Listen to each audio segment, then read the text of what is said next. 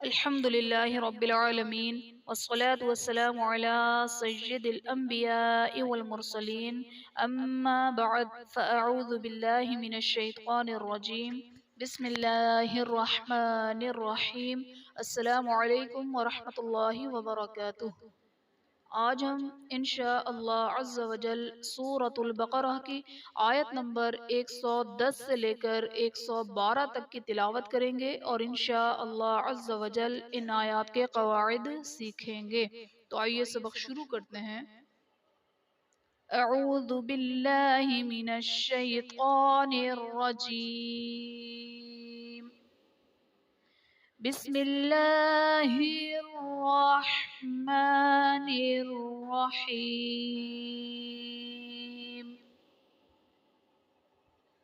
وَأَقِيمُوا الصَّلَاةَ وَآتُوا الزَّكَاةَ وَمَا تُقَدِّمُوا لِأَنفُسِكُم مِّنْ خَيْرٍ تَجِدُوهُ عِندَ اللَّهِ۔ لِأَنفُسِكُم میں نون ساکن کے بعد حروف اخفاء میں سے فا آ رہا ہے، تو یہاں پر اخفاء کا قاعدہ ہوگا، یعنی نون ساکن میں ہم غنہ کر کے پڑھیں گے۔ لِأَنفُسِكُم من میں میم ساکن کے بعد دوسری میم آ رہی ہے، تو یہاں پر ادغام شفوی کا قاعدہ ہوگا، یعنی میم ساکن میں ہم غنہ کر کے پڑھیں گے۔ من خیر میں نون ساکن کے بعد حروف حلقی میں سے خوا آ رہا ہے، تو یہاں پر اظہار کا قاعدہ ہوگا، یعنی نون ساکن میں ہم غنہ نہیں کریں گے۔ خیر تجدوہ میں را کے نیچے دو زیر کی تنوین، تنوین کے بعد حروف اخفاء میں سے تا آ رہا ہے، تو یہاں پر اخفاء کا قاعدہ ہوگا، یعنی تنوین میں ہم غنہ کر کے پڑھیں گے۔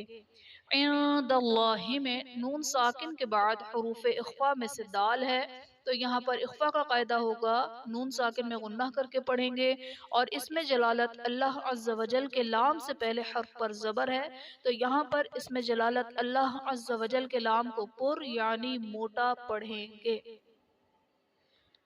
ان اللہ بما تعملون بصیر۔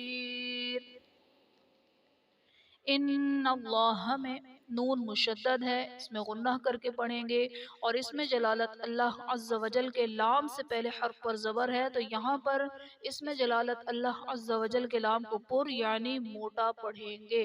بصیر میں یا ساکن سے پہلے صاد کے نیچے زیر یا مدہ کا قاعدہ، اور حرف مدہ کے بعد عارضی سکون، یعنی وقف کی وجہ سے ہم را کو ساکن کریں گے، تو یہاں پر مد عارض کا قاعدہ ہوگا۔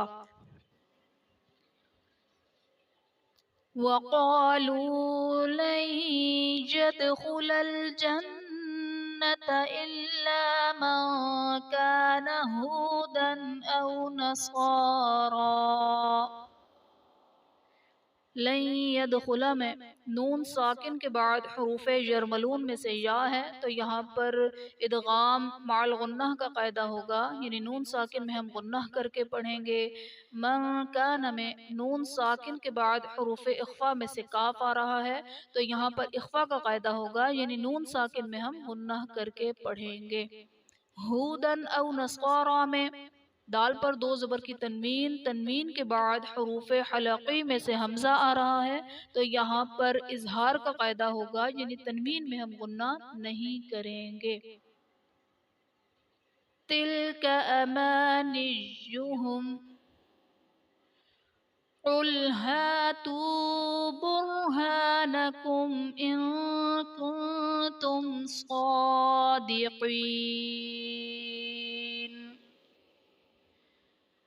برہانکم ان میں میم ساکن کے بعد حرف با اور میم کے علاوہ حمزہ آ رہا ہے، تو یہاں پر اظہار شفوی کا قاعدہ ہوگا، یعنی میم ساکن میں ہم غنہ نہیں کریں گے۔ ان کنتم میں نون ساکن کے بعد حروف اخفاء میں سے کاف ہے، تو یہاں پر اخفاء کا قاعدہ ہوگا، یعنی نون ساکن میں ہم غنہ کر کے پڑھیں گے۔ کنتم میں نون ساکن کے بعد حرف تا ہے جو کہ حروف اخفاء ہے، تو یہاں پر اخفاء کا قاعدہ ہوگا، یعنی نون ساکن میں ہم غنہ کر کے پڑھیں گے۔ کنتم صادقین میں میم ساکن کے بعد حرف با اور میم کے علاوہ صاد آ رہا ہے، تو یہاں پر اظہار شفوی کا قاعدہ ہوگا، یعنی میم ساکن میں ہم غنہ نہیں کریں گے۔ بَلَىٰ مَنْ أَسْلَمَ وَجْهَهُ لِلَّهِ وَهُوَ مُحْسِنٌ فَلَهُ أَجْرُهُ عِندَ رَبِّهِ وَلَا خَوْفٌ۔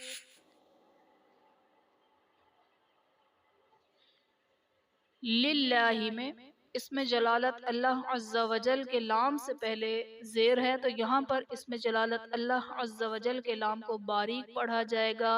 محسن فلہو میں نون پر دو پیش کی تنوین، تنوین کے بعد حروف اخفا میں سے فا آ رہا ہے، تو یہاں پر اخفا کا قاعدہ ہوگا، یعنی تنوین میں ہم غنہ کر کے پڑھیں گے۔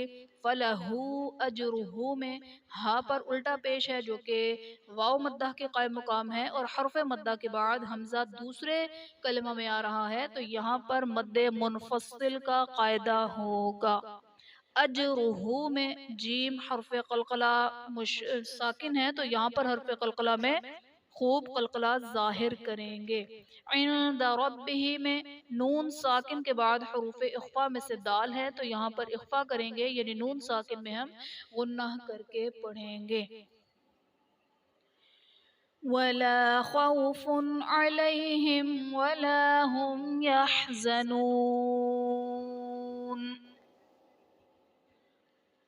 خوف علیہم میں فا پر دو پیش کی تنوین، تنوین کے بعد حروف حلقی میں سے عین آ رہا ہے، تو یہاں پر اظہار کا قاعدہ ہوگا، یعنی تنوین میں ہم غنہ نہیں کریں گے۔ علیہم ولا میں میم ساکن کے بعد حرف با اور میم کے علاوہ واو آ رہا ہے، تو یہاں پر اظہار شفوی کا قاعدہ ہوگا، یعنی میم ساکن میں ہم غنہ نہیں کریں گے۔ یحزنون میں واو ساکن سے پہلے نون پر پیش واو مدہ کا قاعدہ، اور حرف مدہ کے بعد عارضی سکون یعنی وقف کی وجہ سے ہم نون کو ساکن کریں گے، تو یہاں پر مد عارض کا قاعدہ ہوگا۔ بسم اللہ الرحمن الرحیم۔ وَأَقِیمُوا الصَّلَاةَ وَآتُوا الزَّکَاةَ وَمَا تُقَدِّمُوا لِأَنفُسِكُم مِّنْ خَيْرٍ تَجِدُوهُ عِندَ اللَّهِ إِنَّ اللَّهَ بِمَا تَعْمَلُونَ بَصِيرٌ۔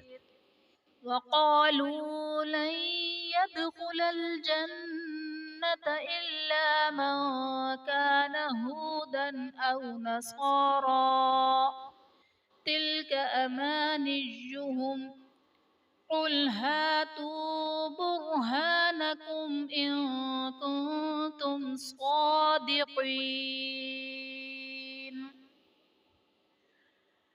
بَلَىٰ مَنْ أَسْلَمَ وَجْهَهُ لِلَّهِ وَهُوَ مُحْسِنٌ فَلَهُ أَجْرُهُ عِندَ رَبِّهِ وَلَا خَوْفٌ عَلَيْهِمْ وَلَا هُمْ يَحْزَنُونَ۔